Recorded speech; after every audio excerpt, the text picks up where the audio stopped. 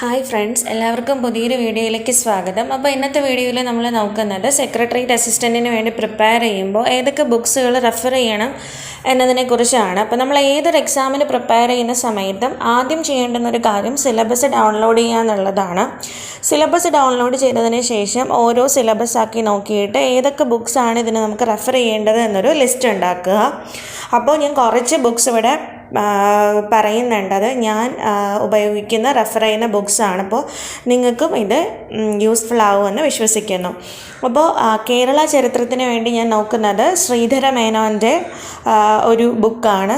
നല്ലൊരു ബുക്കാണ്. അപ്പോൾ ശ്രീധര മേനോൻ്റെ തന്നെ ഇന്ത്യ ചരിത്രവുമുണ്ട്, പക്ഷേ അത് അത്രത്തോളം ഇഫക്റ്റീവായിട്ട് എനിക്ക് ഫീൽ ചെയ്തിട്ടില്ല.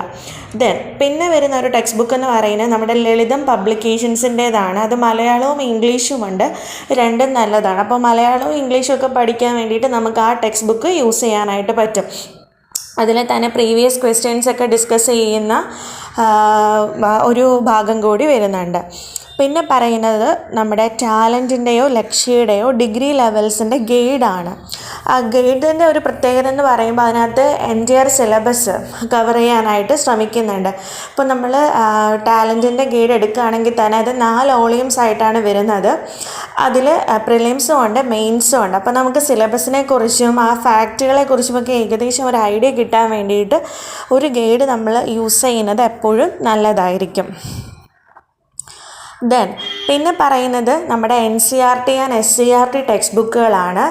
ഏതൊരു എക്സാമിന് പ്രിപ്പയർ ചെയ്യുന്നതിന് മുമ്പും നമ്മളിപ്പോൾ ആദ്യമായിട്ടൊക്കെ എക്സാം എഴുതുന്ന ഒരാളാണെങ്കിൽ നമുക്ക് സ്ട്രോങ് ആയിട്ടുള്ളൊരു ബേസിൻ്റെ ആവശ്യമുണ്ട്. എപ്പോഴും നല്ലൊരു ബേസിൽ നിന്ന് മാത്രമേ നമുക്കിപ്പോൾ എത്ര മനോഹരമായിട്ടുള്ള കെട്ടിടങ്ങളായാലും ഉണ്ടാക്കാനായിട്ട് പറ്റത്തുള്ളൂ. അപ്പോൾ അതുപോലെ തന്നെ ഒരു പ്രിൻസിപ്പിളാണ് ഇവിടെയും വരുന്നത്. ബേസ് നല്ല സ്ട്രോങ് ആക്കുക. അതിനുവേണ്ടി നമുക്ക് യൂസ് ചെയ്യാൻ പറ്റുന്ന നമ്മുടെ SCERT NCERT ടെക്സ്റ്റ് ബുക്കുകൾ തന്നെയാണ്. അപ്പോൾ ഫസ്റ്റ് പ്രയോറിറ്റി കൊടുക്കേണ്ടത് ഈ ടെക്സ്റ്റ് ബുക്കുകൾക്ക് തന്നെയാണ്.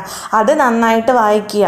അപ്പോൾ 5 മുതൽ 10 വരെയുള്ള SCERT ടെക്സ്റ്റ് ബുക്കുകൾ ഭംഗിയായിട്ട് വായിക്കുക, നോട്ട് പ്രിപ്പയർ ചെയ്യുക. പിന്നെ എനിക്ക് തോന്നുന്നു ഈ SCERTയുടെയൊക്കെ നോട്ട്സുകൾ മാത്രം അടങ്ങുന്ന ടെക്സ്റ്റ് ബുക്കൊക്കെ പബ്ലിഷ് ചെയ്യാറുണ്ട്. അപ്പോൾ അങ്ങനെ വേണമെങ്കിൽ മാർക്കറ്റിൽ അവൈലബിൾ ആണെങ്കിൽ നിങ്ങൾക്കത് മേടിച്ച് പഠിക്കാവുന്നതാണ്. പിന്നെ നമ്മുടെ ലക്ഷ്മികാന്തിൻ്റെ ഇന്ത്യൻ പൊളിറ്റിക്ക് വേണ്ടിയിട്ട് നമ്മളെ സിവിൽ സർവീസൊക്കെ പ്രിപ്പയർ ചെയ്യുന്നവർ റെഫർ ചെയ്യുന്ന ടെക്സ്റ്റ് ബുക്കാണ്.